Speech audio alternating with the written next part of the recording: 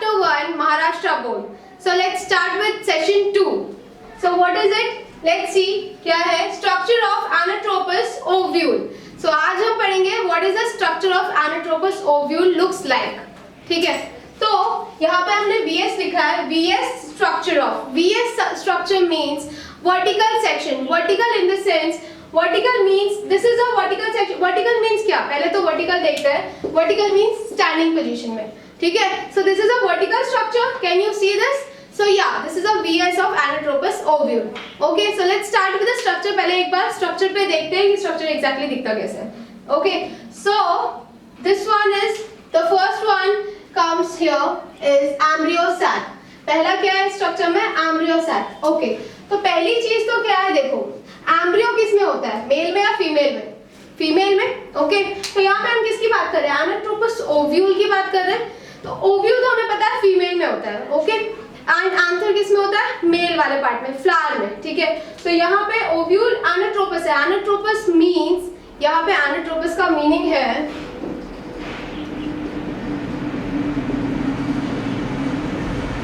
Ana means from and tropus means reversed. ठीक है, so from a reverse side. reversed क्यों बोला है? I'll tell you that. I'll let you know. पहले ये start करते हैं, फिर आपको धीरे धीरे पता चलेगा. So let's start with this. ये क्या है हमारा? embryo sac. पहला देखते हैं embryo sac है. Okay, so embryo sac कहाँ है? Inside this.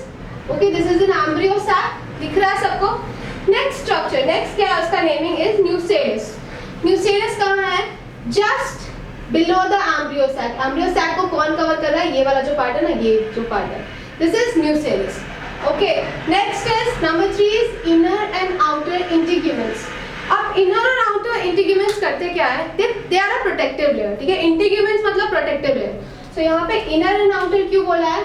Because there are two layers, which is inner side. This is an inner side and this is an outer side. ठीक है, embryo sac के closest one कौन सा है? ये inner one. And outer कौन है? Outer. That's why this is inner and outer integuments. Next पे आते हैं, which is number 4, chalza. Chalza क्या है? It is the base of this ovule. अब देखो base क्यों बोला है? इसके जस्ट नेक्स्ट वाला पॉइंट से आपको पता चलेगा बेस क्यों बोला है. ठीक है, chalaza is the base of ovule. अभी देखो नेक्स्ट क्या है हमारा? माइक्रोपाइल. नंबर 5 पे आते हैं micropyle. Micropyle is a narrow opening. अभी देखो कोई भी चीज, जैसे चीज in the sense pollen grain. Pollen grain हमारे कहाँ से एंटर होते हैं? इसमें ओव्यूल में कहाँ से एंटर होते हैं? With the help of micropyle. ठीक है, so this is micropyle. Micropyle मतलब देखो micropyle is a narrow opening this side. And अब देखो कोई भी स्ट्रक्चर का ओपनिंग कहाँ से होता है? ऊपर से होता है. ठीक है, कोई भी है, कुछ भी पाउच है, कहीं से भी ऊपर से होता है, राइट? इसकी ओपनिंग कहाँ से? नीचे से. That's why it is a reverse structure. यहाँ पे बोला ना from reverse anatropous. So that's why it is a reverse structure. और इसका चार्जा बेस है. बेस मतलब बॉटम. ठीक है, सो या chalaza micropyle. Let's come on the 6th one, which is hilum. Hilum क्या है? Hilum is a short connective between the funiculus and the main body. अब देखो हाइलम क्या है? हाइलम क्या कर रहा है? जॉइन कर रहा है. ये जो मेन बॉडी है हमारा एम्ब्रियो सैक का, उसको फनिकुलस, ये जो सपोर्ट वाला सिस्टम है, उससे जॉइन कर रहा है. That is called hilum. Nothing, that's it. And the last one is funiculus. Funiculus मतलब ये जो हमारा स्टॉक है. फनिकुलस को हम एक और चीज बोल सकते हैं, which is also called stock. अब स्टॉक मतलब क्या? किसी भी चीज का सपोर्ट, राइट? सो यहाँ पे ये जैसे पूरा स्ट्रक्चर किस पे सपोर्टिव है, किससे जुड़ा हुआ है? With the help of stalk, which is also known as funiculus. तो ये जुड़ा कैसे है? किससे एग्जैक्टली जुड़ा है? It is actually joined to placenta. ये प्लाजेंटा ऑप्शनल है if you want to write or not. Okay, so this was about this structure Anatropous ovule. Now we'll see some more thorough explanation about the namings. Alright, so now we'll see the explanation of these labeling. ठीक है, इसका explanation लेते हैं. What is it? Let's see the first one. Embryo. First is embryo sac. ठीक है, तो पहला है embryo sac. It is an oval multicellular structure inside the nucellus. अभी देखो एम्ब्रियो सैक क्या है? मैंने क्या बोला? न्यूसेलस के जस्ट अंदर वाला स्ट्रक्चर, ये वाला structure, right? So it is an Oval. पहले तो इसका ओवल शेप्ड है. Okay, next is multicellular structure inside the nucellus. Okay, so this was about embryo sac. Let's come on the second one, which is nucellus. Consist of central parenchymatous tissue. अब देखो पैरेंचाइमेटस tissue तो बोल दिया है लोगों, इसका मतलब क्या है? इट मींस पैरेंचाइमेटस टिश्यू जो कंटेन करता है न्यूसेलस, उससे क्या होता है when the plant and leaves are producing itself, so यहाँ पे जो प्लांट के सॉफ्ट पार्ट्स हैं उनको प्रोड्यूस करने का काम कौन करता है? पैरेंचाइमेटस टिश्यू। ठीक है, तो सॉफ्ट पार्ट में क्या क्या आ गया? Leaves, fruit pulps, bark, etc. Okay, so this was about nucellus. Now the next one, number 3 is inner and outer integuments. Inner and outer integuments. ठीक है, जो हमने यहाँ देखा inner and outer integuments यहाँ पे है. Okay, so here it is. तो इसका मतलब क्या है? Are two protective layers of nucellus. जैसा कि मैंने आपको बताया कि न्यूसेलस को कौन कवर कर रहा है? इनर और आउटर इंटीग्यूमेंट्स। ठीक है, सो ये इसको क्या कर रहा है? प्रोटेक्ट कर रहा है, सो दैट ये जो अंदर का एम्ब्रियो है वो डैमेज ना हो। ठीक है, so these are the inner and outer integuments which are protective layers.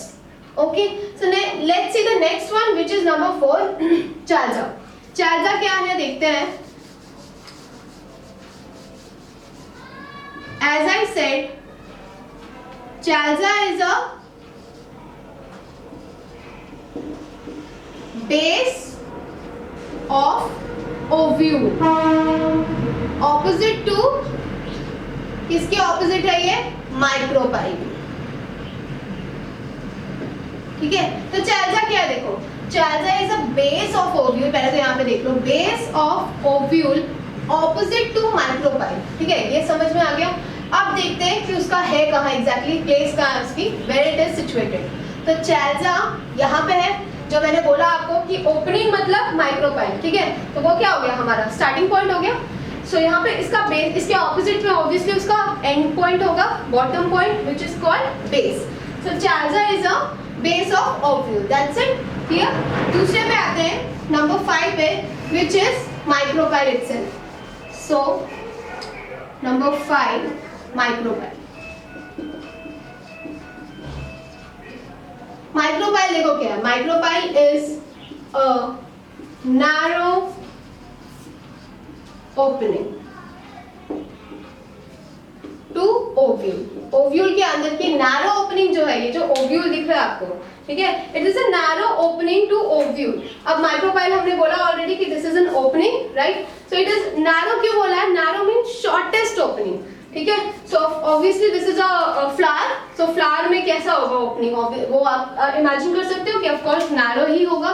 So micropyle is a narrow opening to the ovule. You are clear with this micropyle? Let's come on the next one which is number 6 पे आते हैं, जो है हमारा hilum.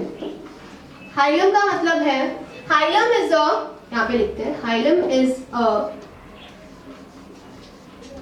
an attachment between, hilum is an attachment between, किसके बीच में बताया था मैंने? The main body of ovule and funiculus. Okay, so between the main body of ovule and funiculus.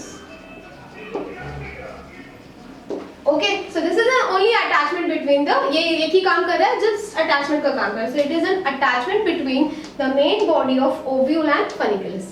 That's it. The last one is हमारा funiculus. तो funiculus क्या है? Funiculus is also known as stalk. Okay. So the next one, last one is funiculus. लिखते हैं, funiculus is also known as stalk, और इसको एक और चीज बोलते हैं which is funicle. ठीक है, शॉर्ट में funicle बोल सकते हो। So funicle is the attachment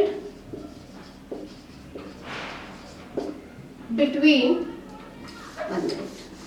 okay, it is an attachment between the ovule